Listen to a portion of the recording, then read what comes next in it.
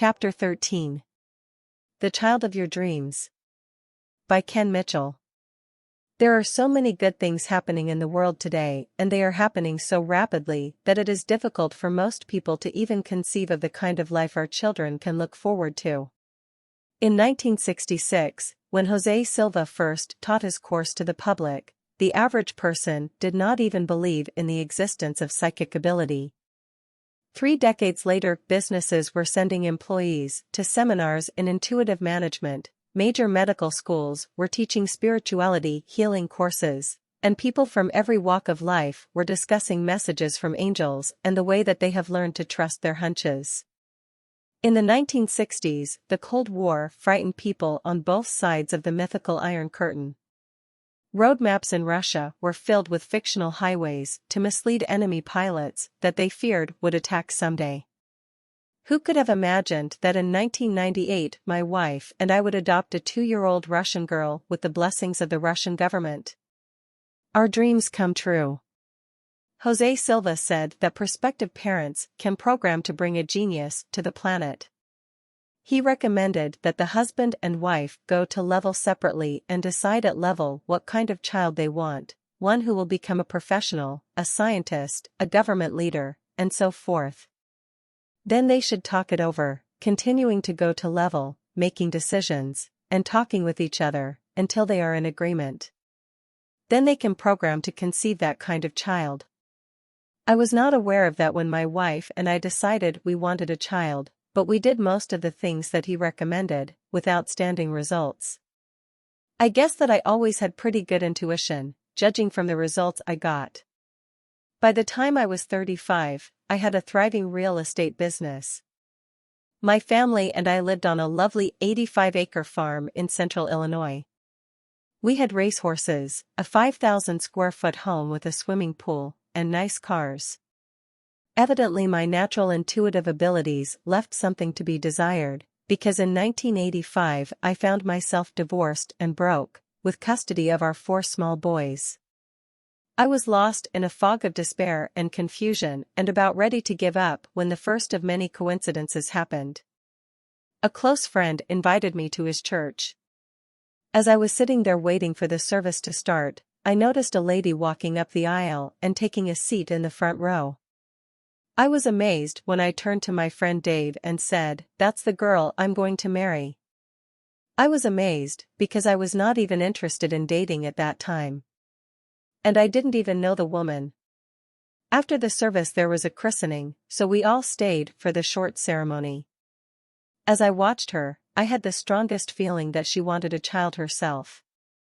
I mentally said to her, "I'll get you a child someday, don't worry." I learned that her name was Karen Kelly, and that she was a licensed teacher at Unity, so naturally I signed up for her class. In fact, I signed up for both of the classes she was teaching. I finally talked her into going out with me. I told her that my boys were actually my brother's kids, and I don't even have a brother. In 1992, we married and purchased a house.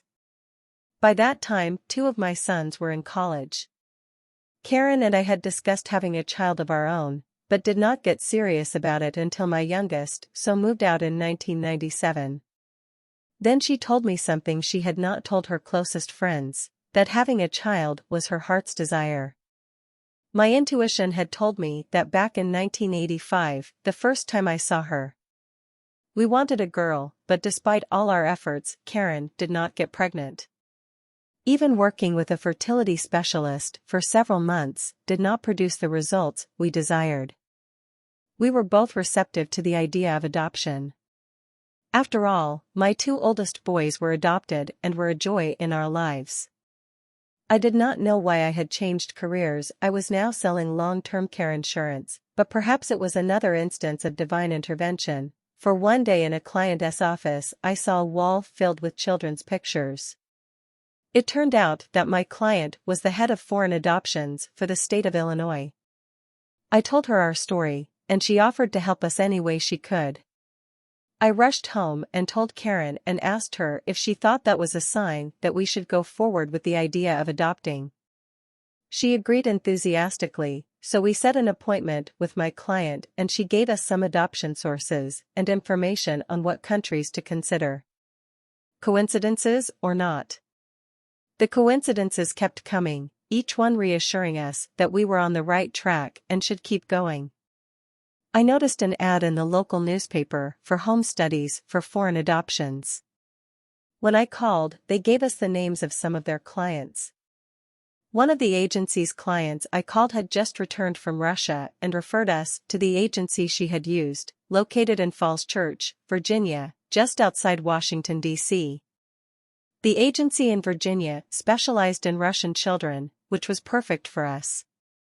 We got the paperwork to start the year-long process, but simply set it aside until in early 1998 some money unexpectedly came into our lives. I thought back to the Silva class I had taken with Hans de Jong the previous November and how he had predicted that this might happen to us.